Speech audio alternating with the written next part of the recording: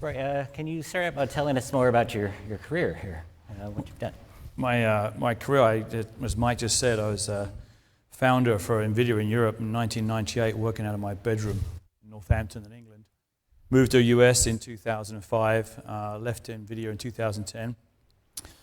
Went to a startup in Hollywood, that brought me down to Los Angeles, and then joined AMD a little while later. And today I have the great fortune and great pleasure to work with content creators around the world. So you're known for roles in content, and you recently took a position with the Advanced Imaging Society and BAFTA as well. What are those, and why did you join them as well? Yeah, the Advanced Imaging Society came about when 3D, stereoscopic 3D came to the movie business. There were some concerns that, the best 3D was very, very good.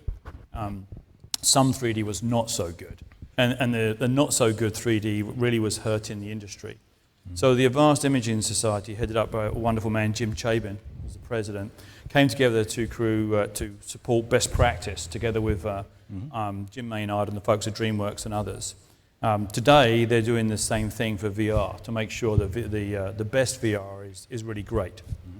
So tell us about your views on VR, especially because you're so much more excited about it than people who are actually selling headsets for a living now, I guess, right? You're not doing that, but... That's true. I am excited about it. I was lucky enough to be around for the invention of the GPU. Mm-hmm. And we forget, today everybody accepts that GPU is a standard and that 3D is what it is. But, back in the late 90s, that wasn't that way. Yes, Doom had just come around, but there wasn't the wealth of games that we have today. But you could see what was going to come. You could see the vision. And then, and particularly if you work with content creators and you see how excited they become, it gives you that glimpse. And so, right now, I think Thomas Edison invented the kinetoscope in 1891. It took 4 years until 1895 for the Lumiere brothers to make the first movie, essentially. And it wasn't until 1907, when the Nickelodeon came along, that the movie industry really took off. I believe that we're in an equivalent position right now to about 1895, 1896.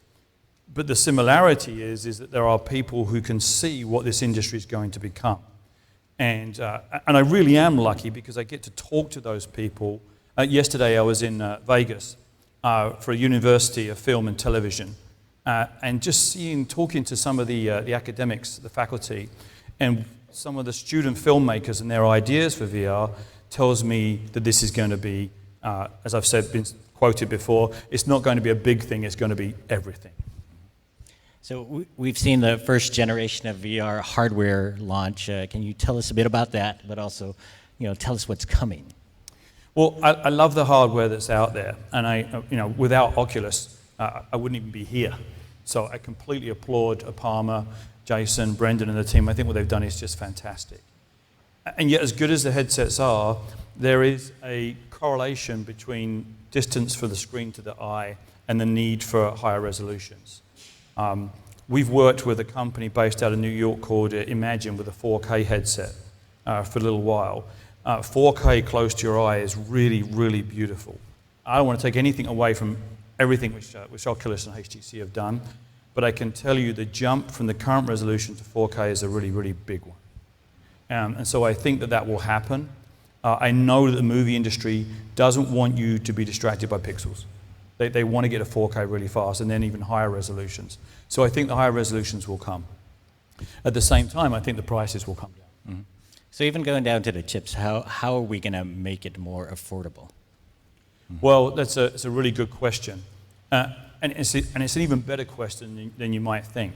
Of course, we need to be more affordable. Everybody understands that. But there's actually a deeper reason, a much more important reason to bring the price down. And that is the production cost of 1 minute of modern content is roughly approximately $1 million, whether that's Battlefield 4 or Ghostbusters. Unless we can give content creators production values around $1 million, that's not going to happen. Now, interestingly, however, around 12 million people will go to watch Ghostbusters. And I think Electronic Arts sold around 10 million copies of Battlefield 4. They could only do that because the infrastructure supports those kind of volumes. We have to bring the price down. Not because we have to bring the price down, we have to bring the price down so that tens of millions of people have headsets. So we can give the content creation industry $1 million a minute production value, which will create the AAA content, which will make this industry happen. You guys recently opened an office, again, as a chip maker in Hollywood. Why did you do that, and why is that important? That's a great question, thank you. So it's true, we're at 6600 Sunset Boulevard. The reason we did it as a chip maker is, look, VR just gobbles chips. Whether it's us or Intel or NVIDIA, VR is great for us. It's great for us because you need lots of high performance processing for content creation. And of course, content consumption will use our GPUs and CPUs as well. But that won't happen. This tremendous market opportunity won't happen unless the content exists. And so there is a direct correlation between our ability to help produce wonderful content and consumption. And I don't want to wait 12 or 16 years for that to happen. Nor does our competitor, nor do our competitors, nor does anybody in this room, I'm sure. So we opened up in Hollywood because we want to support the content creators, and we're fortunate in Los Angeles has a lot of them to help accelerate the time to market. And then you started talking recently about something called VR as a service. You know, that kind of comes out to an acronym of VR ass, I guess. But what is that? Yeah, actually, it's interesting. In China, they call it VR Plus. This has been something that really surprised me, which is VR being used in ways which was completely unanticipated. And it's using VR to do things like safety training. So Boeing is using VR to do realistic safety training. We're also seeing VR be used in medicine. At SIGGRAPH, we had Skip Rizzo from USC on stage talking about how he's using VR to treat PTSD. We're also seeing VR be used by realtors. We're seeing VR be used in design and manufacture. I think this is important, Dean, because it will take us past the first wave of consumer experiences. Even if we do take too long to deliver something which is completely compelling, VR as a service or these other uses of VR will continue to keep VR going. So you get to see both upstream and downstream, I guess. Where do you see the most investment in VR taking place? That's another great question, thank you. Right now, we're seeing the biggest investment in VR content take place by Hollywood. VR experiences like the Walk and The Martian, Paranormal Activity, we call these VRE. We did call them VRX, but people didn't like the X, so we changed it to VRE, which is VR experiences, and we've seen more than 160 of those made. That's a lot. And our estimate is that probably $70 million has been spent on producing those. And we're aware of another 200 pieces of VRE coming. Hollywood isn't waiting. They're just producing it, and then they're actually using the content to promote traditional format films. So AMD also just announced it's got some new stitching solutions for 360 VR. How do you see those progressing versus game engine-based VR? And should we focus on one or the other if you're a developer? Yeah, well, I think the time is approaching when game engines will be at a suitable quality level that they'll be used in movie production. That time is close. And that's important because 360, most of the entertainment industry likes 360 because they like cameras. That has the benefit that the quality is very, very good. Particularly if you get the stitching right, which has been a problem to solve, which is why we launched our stitching solution. However, ideally what you'd like to have is the quality of the 360 camera together with the interaction of the engines. We believe that they'll come together. Those are not easy problems to solve. But we think through things like light field capture and modern cameras, where we put the computer before the lens, will allow us to bring those two worlds together. And so today they're distinct and they're separate, but they will actually become one. And the sooner we can do that, I think that will be better for everybody too. So you haven't talked much about VR's cousin, augmented reality, yet. Why is that? Well, I love augmented reality, but I'm a little afraid of it. And I'm a little afraid of it in as much as I think consumers need time to get used to mixing the two.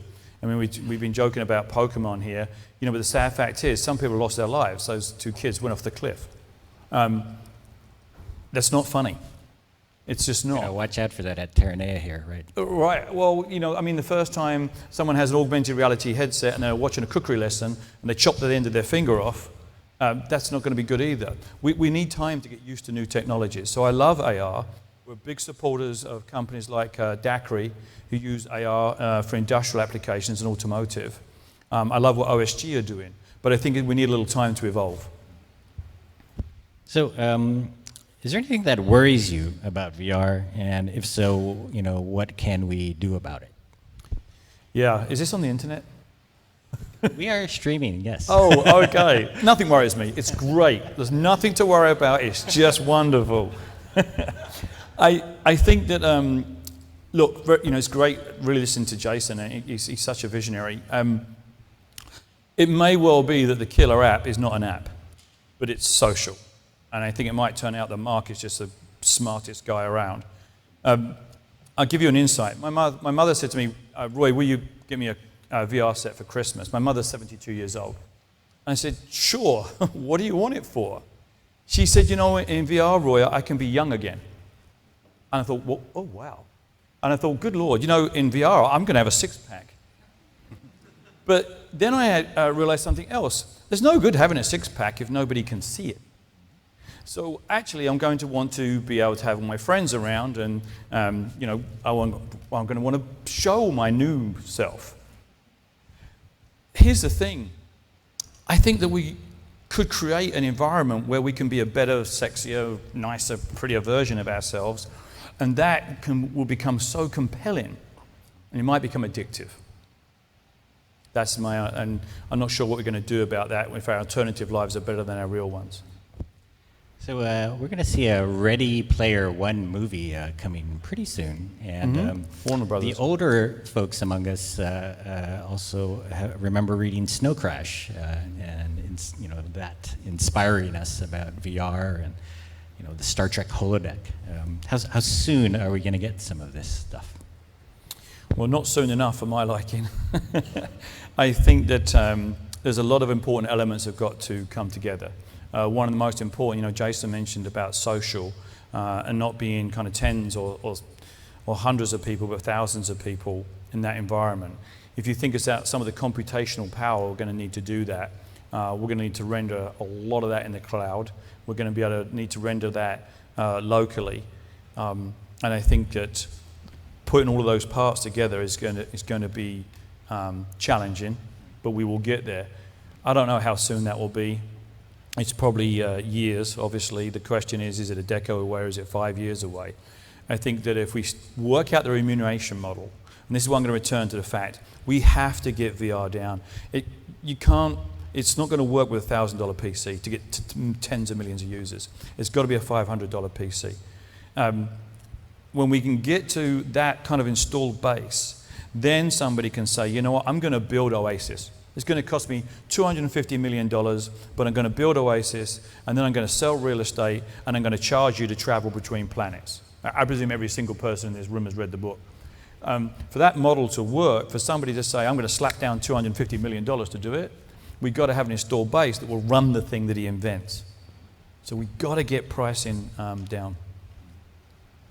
So how are you distinguishing AMD from other hardware companies when it comes to VR as well? Well, I would say focus. We got a lot of respect for our competitor. I worked at a competitor. They're a tremendous company that works very, very hard to make our lives miserable. And they sometimes do a good job. I think that we're different in that we got into VR a little sooner. I think we took it a little more seriously. We certainly invested in it in terms of events, engineers. We introduced Liquid VR now in January 2015. Seems like a very long time ago. We are really, really focused on the community and the content creators to a tremendous degree. Because I believe that the next Larry or Sergey, the next Mark, is probably aged about 15 or 16 right now. I met a young filmmaker called Sam Wicker at Chapman University. His ideas are absolutely fantastic. The fact is that we're engaged with Chapman University and NFTS in the UK, Beijing Film Academy in China, so hard because we want to find those guys that are going to make the content. So I think our biggest differentiation is understanding that we need to engage content creators and also taking a different view. We could have launched our recent graphics card as $350. There's nobody in this room that doesn't know we could have done that. We deliberately did not. And the reason we deliberately did not is because we understand that the opportunity here is for us to create an industry. And that is bigger than a short-term benefit of charging extra. And so I think to anybody, if you're looking to partner, we have a good competitor. They're good guys that work really, really hard. But we believe that we're more focused on VR than anybody else. So let's exclude GamesBeat 2016 from this answer.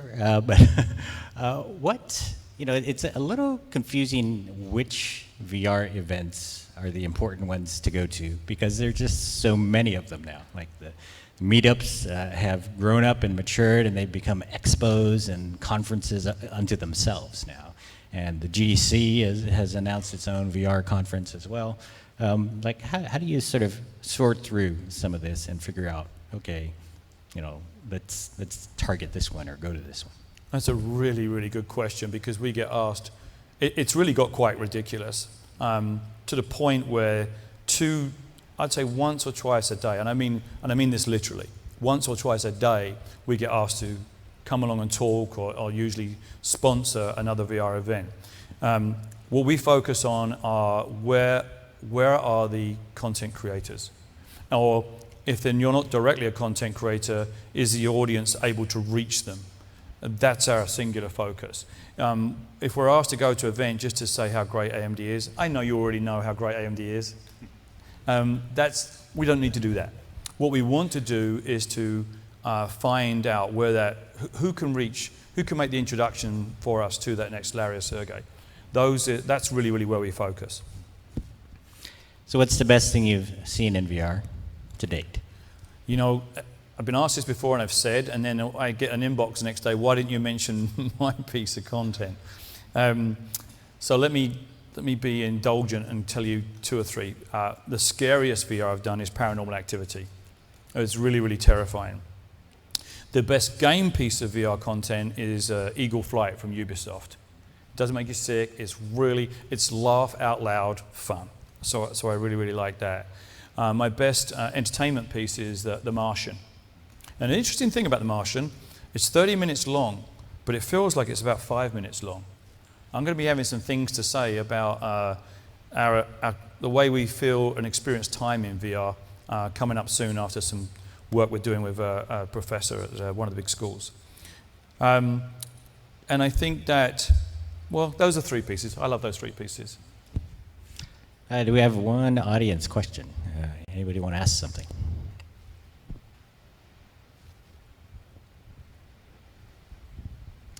Hi, Roy. This is Jean-Michel with FMX. I'm just coming back from SIGGRAPH, and you were at SIGGRAPH too, and Ted Shilovitz gave this presentation and he represents the movie industry on VR for me, relationship. And it was kind of the feeling I had was he kind of was holding horses in a way and saying, I don't know really if in the past it was so convincing. Do you have the feeling that VR will enter what we could call the canyon, and how long would that be to get out of the canyon if VR enters the canyon? Thank you, Jean. That's a fantastic question. And by the way, I'm a tremendous fan of your work with FMX. I think it will be directly proportional to how fast we can create revenue model. I think that the ability to sell content in Steam and on Oculus's webpage is great. But again, I'm going to return to the point I made earlier. We have to give the Michael Bays, the James Camerons, some of the great games publishers, the Andrew Wilsons, Yves Guillemot. We've got to give them the ability to spend $1 million a minute. That won't happen unless we create revenue models which produce not tens but hundreds of millions of dollars. I think location-based VR is going to be a very key part of that. I'm doing the keynote on Friday at VRLA, if I may allow a little plug. And I'm going to be singularly focused on how we create revenue models. And I think if we can get VR into give people a chance to try VR that either can't afford it or are not inclined to install it at home, but make them curious enough and excited enough about it that they then want to go and pay money.